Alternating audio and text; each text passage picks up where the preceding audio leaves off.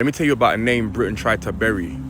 A name that should be in every school book. A name that shaped Black British history long before the uprisings of the 80s. Kelso Cochrane, a 32-year-old Antiguan carpenter murdered in Notting Hill in 1959, and Britain pretended nothing happened. Kelso came to Britain from Antigua in 1954, one of the thousands who answered Britain's call to rebuild after the war.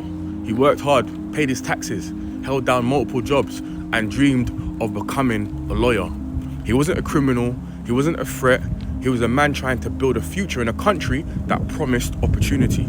But on the 17th of May 1959, Kelso was walking home from Notting Hill after a hospital visit, and a group of white men, some linked to the racist Teddy Boy gangs, confronted him. They stabbed him through the heart.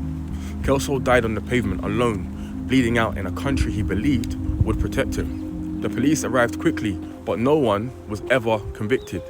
Witness statements vanished and suspects walked away. And the state followed a pattern we still recognize today. Black death, white silence, no justice. But this is where the story shifts.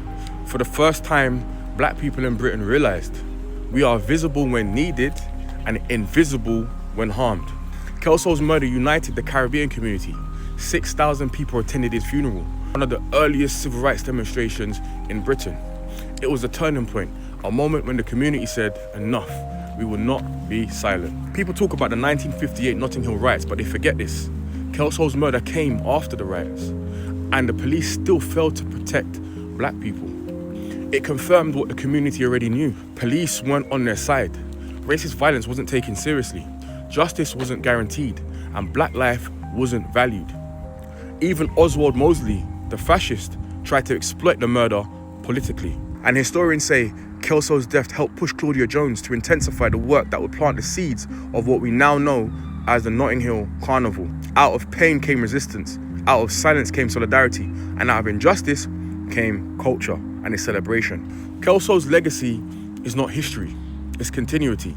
Since 1990, at least 195 Black people have died in or following police contact in England and Wales, in custody, shootings, pursuits, and restraint situations.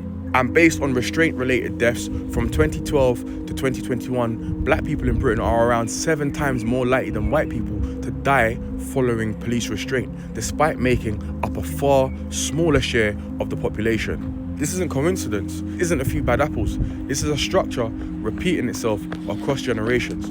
Kelso's name should be spoken with the same weight as any civil rights martyr. He was not a footnote, he was a turning point. And remembering him isn't about the past, it's about reorganizing the country we still live in.